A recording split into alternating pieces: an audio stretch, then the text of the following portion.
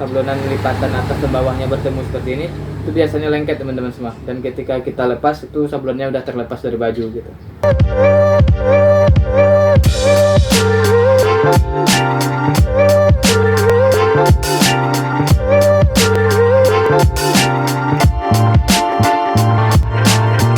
Assalamualaikum warahmatullahi wabarakatuh teman-teman semua, apa kabar semuanya?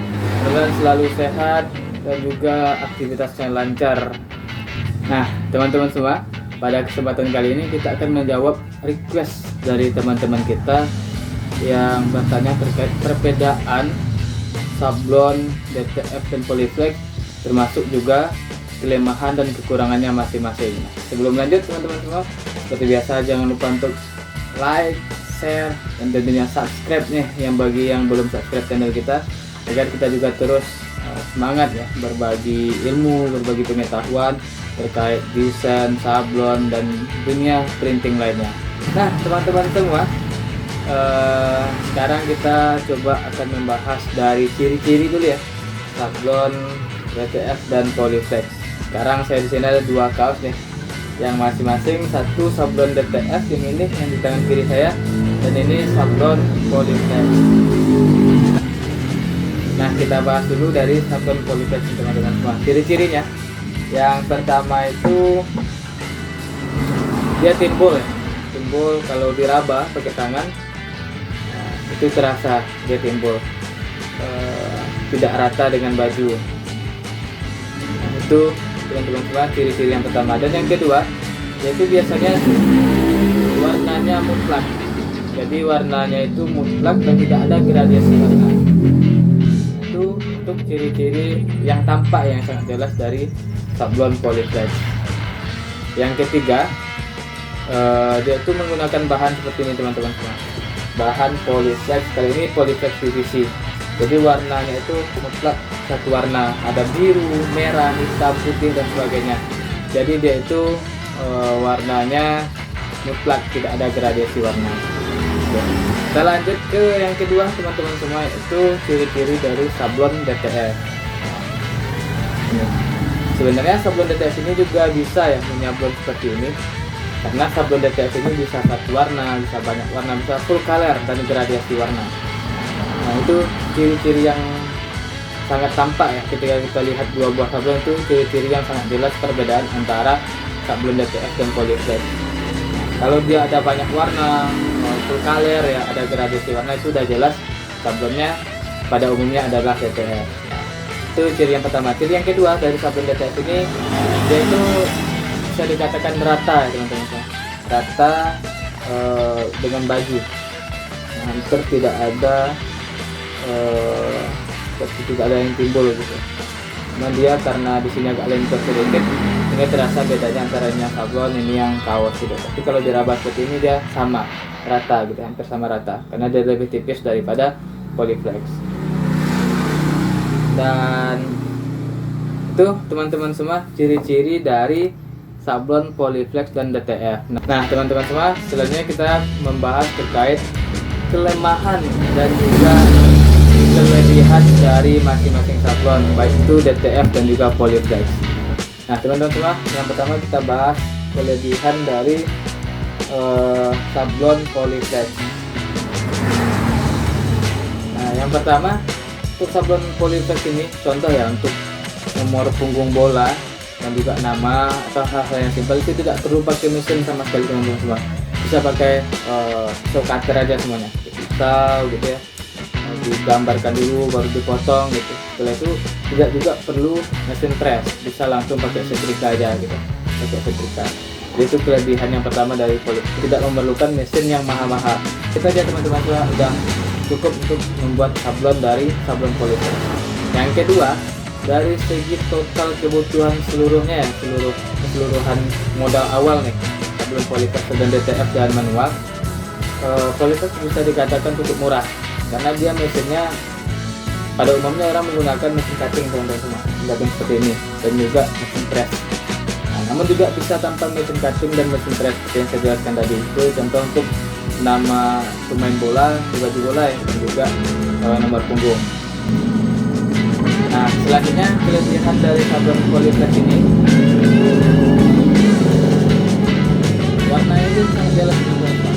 Warnanya jelas gitu, lihat dari jauh jelas. Nah, warnanya ini dalam jangka yang lama, gradiasi warnanya ya atau resolusi warnanya tidak terlalu jauh menurunnya atau pudarnya gitu. Nah, itu kelebihan dari sablon Polyflex. Selanjutnya kita coba cek kelebihan dari sablon DTF. Nah, sebelumnya sablon DTF ini sistemnya printing teman-teman semua. Jadi dia sistemnya printing. Seperti ini hasilnya. Kita buat satu gambar, kita cetak ya, kita print pakai mesin DTF, hasilnya seperti ini. Baru nanti ditempel ke baju, bisa disetrika, bisa pakai mesin press. Tapi pada umumnya untuk yang sudah profesional menggunakan mesin press agar dia lebih rata gitu teman-teman semua. Nah, kelebihan yang pertama dari sablon DTF ini, untuk ketika semua perlengkapan sudah terpenuhi, biaya produksinya lebih rendah dibandingkan sablon Polyflex karena dia sistem printing gitu ya, bahannya juga tidak terlalu mahal, sehingga dia produksinya ketika semua bahan sudah terpenuhi itu cukup murah. Nah, yang kedua teman-teman semua, jika teman-teman semua melihat ada sablon yang menerima satuan gitu, itu rata-rata umumnya menggunakan sablon DTF karena dia sangat ini ya, prosesnya sangat cepat dan juga bisa satuan teman-teman semua. Bisa dikatakan rentang modal kita mencetak jumlah banyak dan satuan itu perbedaannya cuma ketika kita menyusun gambarnya sebelum di print gitu ya. Nah, itu aja. Kalau kita cetak ini 10 sebesar ini dan ini 1 sebesar ini, itu modalnya hampir sama aja, paling biaya listriknya yang berbeda gitu teman-teman. Nah, jadi sablon DTF ini bisa satuan ya teman-teman, rata-rata itu bisa satuan. Nah, untuk kelebihan selanjutnya dari sablon DTF adalah dia itu full color kalau kita bandingin teman-teman. Jadi di sini full color ya. Dan bisa juga gradasi warna, pokoknya full color, warna apa aja semua warna dia bisa sablonkan gitu ya.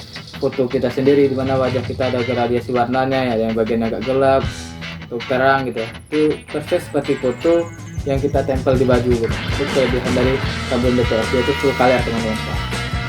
Nah, kelebihan selanjutnya, sablon DTF ini dia tidak kaku, dia agak lengket teman-teman. Jadi dia tidak kaku.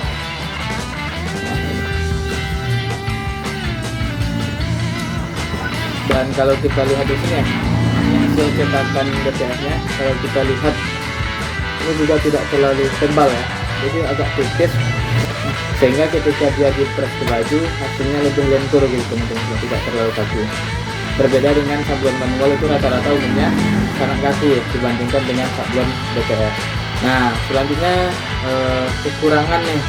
Nah, selanjutnya nih teman-teman semua yang ingin tahu apa sih mana sih yang memiliki kekurangan lebih fatal gitu ya, atau mungkin apa sih kekurangannya dari sablon DTF dan juga sablon Polyflex. Nah, untuk yang pertama kita coba cek kekurangan dari sablon Polyflex.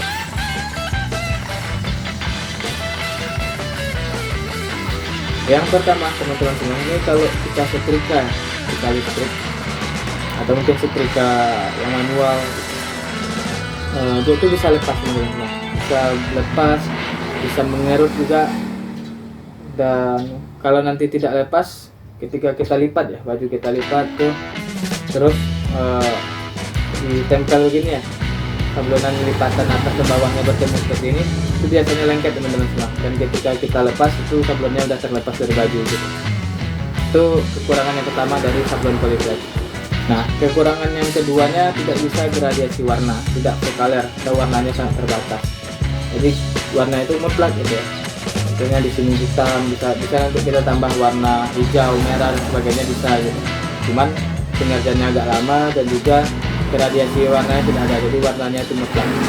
Contoh kita sablon di sini warna biru, antara warna biru dan hitam yang ini tuh sangat jelas perbedaannya, tanpa ada gradasi warna. Itu kekurangan ya dari sablon Polyflex ini teman-teman semua.